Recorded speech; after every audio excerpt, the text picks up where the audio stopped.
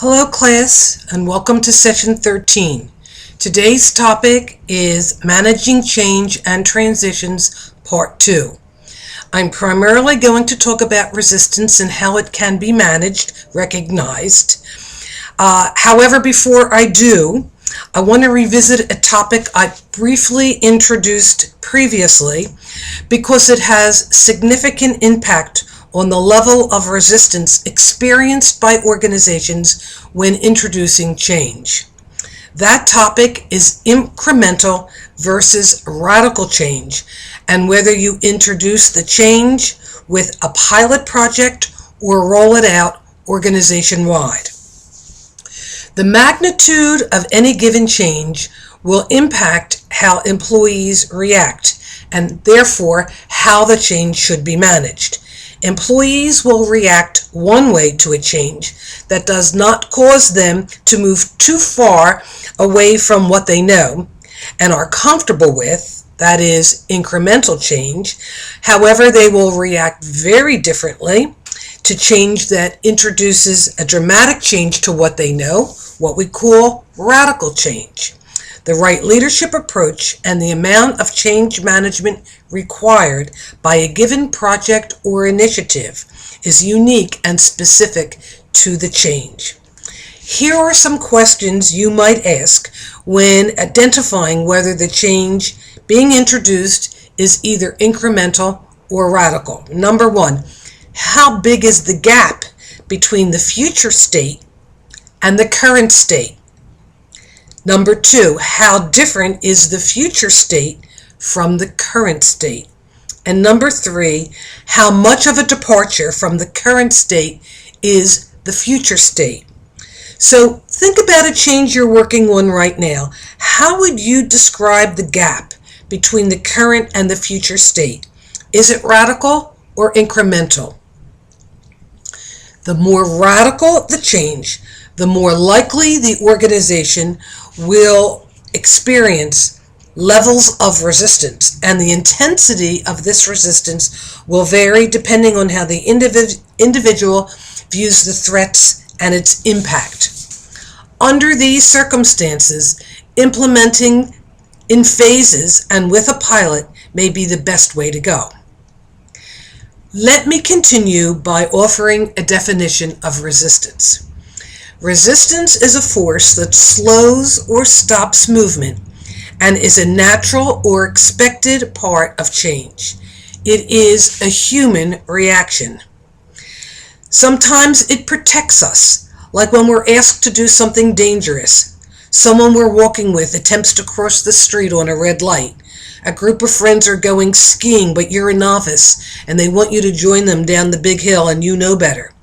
We resist things that go against our best interest. We don't see it as resistance, we see it as survival. Sometimes resistance interferes with progress if individuals are overcome with the uncertainty and fear it can produce.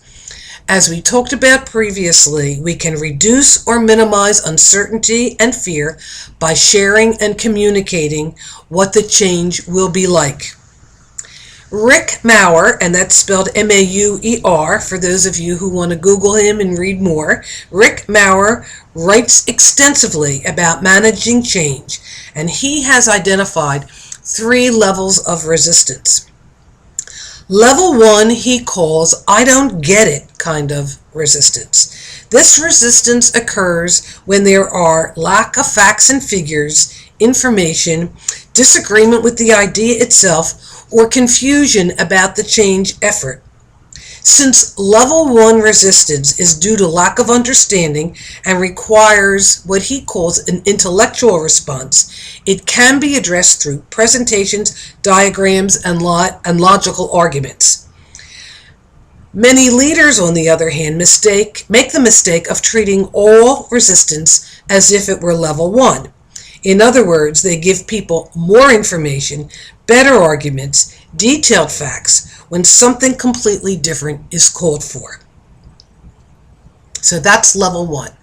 Now let's talk about level 2. Maurer calls that I don't like this kind of resistance. This kind of resistance occurs when the situation is perceived as dangerous to one's survival. It's both a physiological and an emotional reaction and can be triggered without conscious awareness. It is the fight or flight response we learn about in stress management. It is a response based on fear. People fear they'll lose face, lose their job, lose their friends. Maurer tells the story of an organizational leader talking to staff about a proposed restructuring. People ask what he defined as level 1 questions. How much will it cost? When will it begin? What's the timeline? Remember, level 1 is not having enough information and facts. Then the leader continues that there is a possibility in the restructuring that it could result in downsizing. Suddenly, the staff drop to level 2. You might as well quit going over those slides that speak to the rational mind, because these folks are responding from a different area of the brain.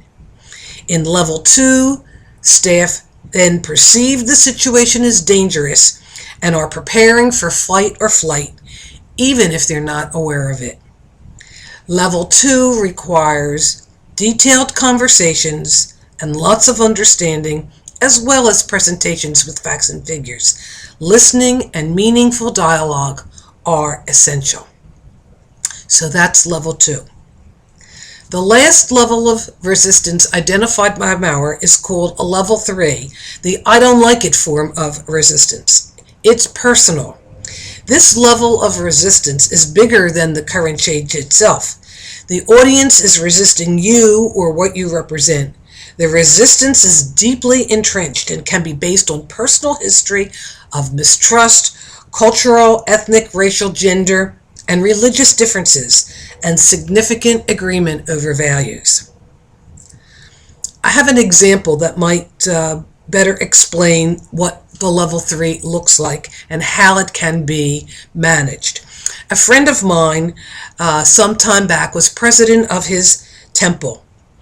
He considers himself a modern Orthodox Jew, and the temple he belonged to was ultra-conservative. It was a good match for many years. Then the demographics of the community began to shift, and competition for membership increased as more synagogues were built in the community. This temple that my friend was the president of could potentially lose families to congregations who were more egalitarian, particularly on the subject of women on the pulpit. Under my friend's leadership, a perfect fit because he was credible. He had a foot in both camps, so to speak. The congregation and the board of trustees addressed level 3 resistance issues by reaching out to the Orthodox factions in the temple, working with them to have their own chapel for services and that allowed them to maintain their own customs, while redesigning the service in the main sanctuary, both in their current building and the new building they were planning. This temple continues to thrive today in both locations, meeting the needs of all the constituencies. So level 3 demands that you begin to rebuild relationships while you present your new ideas. Or at the very least, your change management strategies must include strategies that build bridges while you plan and implement. What often blocks a person's support for the change initiative, is both the change leader's lack of understanding about the nature of resistance, or when responses to resistance don't match the level. So how do we get better at recognizing resistance? Think about a change that has been introduced in your organization. Maybe it was a change in hours, expense reporting, or a change in sharing the cost of health insurance. That's been on everybody's mind lately. Make yourself a list. How did the resistance show up? What did people say or do? I will bet that some of the following statements you might have heard. Things like, I prefer the way things were before. I don't know if I can do what is expected of me in this change. I think this change is bad for the organization. I feel angry about this change.